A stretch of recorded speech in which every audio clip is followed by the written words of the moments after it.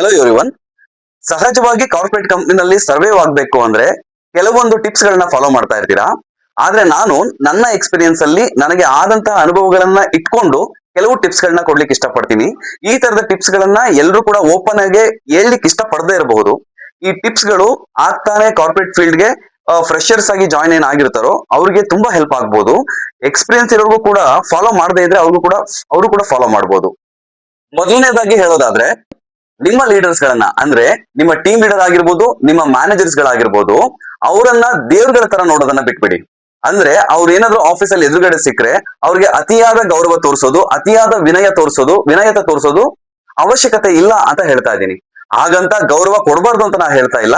ಅತಿಯಾದ ಗೌರವ ಎಲ್ಲಿರುತ್ತೋ ಅಲ್ಲಿ ಮಾತಿಗೆ ಬೆಲೆ ಇರೋದಿಲ್ಲ.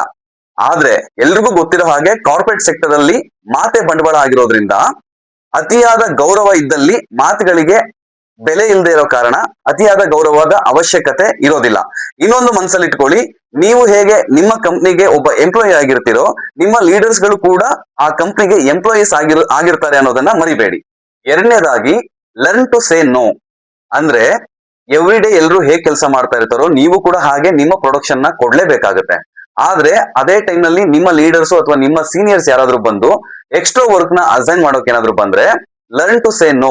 ಆದ್ರೆ ಅವ್ರಿಗೆ ಮುಖ ಕೊಡೋದಾಗೆ ನನ್ನ ಕೈಲಿ ಆಗಲ್ಲ ಅಂತ ಹೇಳೋದಲ್ಲ, ನೀವು ಹೀಗೆ ಹೇಳ್ಬೇಕು: let me check my priorities and get back to you ಅಂತ ಹೇಳಿ.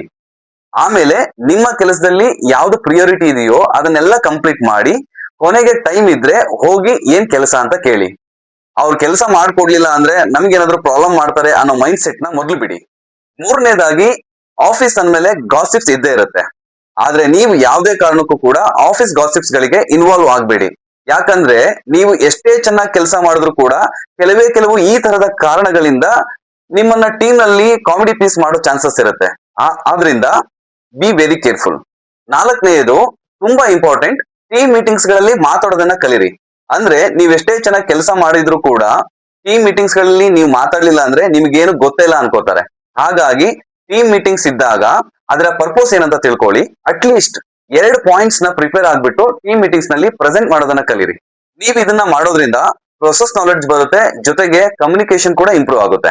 Last but not the least, office ನಲ್ಲಿ ಎಲ್ಲರ ಜೊತೆನೂ ಕೂಡ ಒಂದೇ ತರದ ರಿಲೇಶನ್ಶಿಪ್ ನ ಮೇಂಟೈನ್ ಮಾಡ್ಲಿಕ್ಕೆ ಪ್ರಯತ್ನ ಪಡಿ.